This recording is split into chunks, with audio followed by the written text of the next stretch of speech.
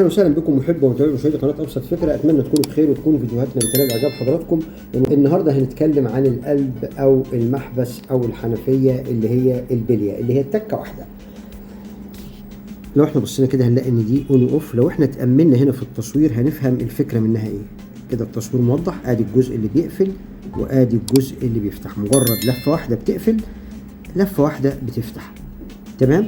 طيب لو حصل تسريب او تنقيط بسيط، يعني الحنفيه احنا قافلينها ولكن في تسريب او تنقيط بسيط، هنعمل ايه؟ هنفك القلب ده بالشكل دوت، هنبتدي نشيل الجلده المرنه دي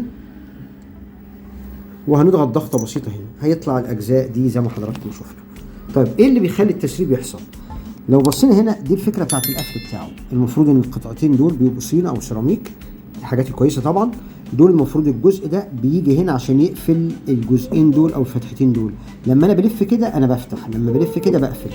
مع الرمله طبعا والرواسب اللي موجوده بيحصل ان في رمله بسيطه، نسبه رمله بسيطه بتيجي بين الاثنين دول بتعمل الارتفاع اللي حضراتكم شايفينه ده، وبالتالي انا بعمل الحركه بتاعت القفل ولكن ما بيكونش القفل محكم بنسبه 100%.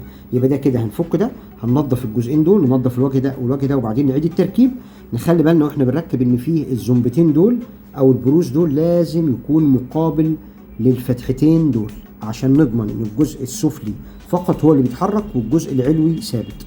طيب لو هنسأل على حاجة تاني، لو في تسريب مية والحنفية مقفولة ولكن مش من المصدر، مش من المخرج بتاع الحنفية، هنبص على حاجتين. اول حاجة نتأكد ان الاستك دون موجود راكب بشكل كويس، مفهوش قطع، مفهوش تآكل، يعني بلغه الصناعيه مش منشف، يكون فيه مرونه عشان لما ابتدي اربط يحصل عمليه الاحكام وما يحصلش تسريب ميه.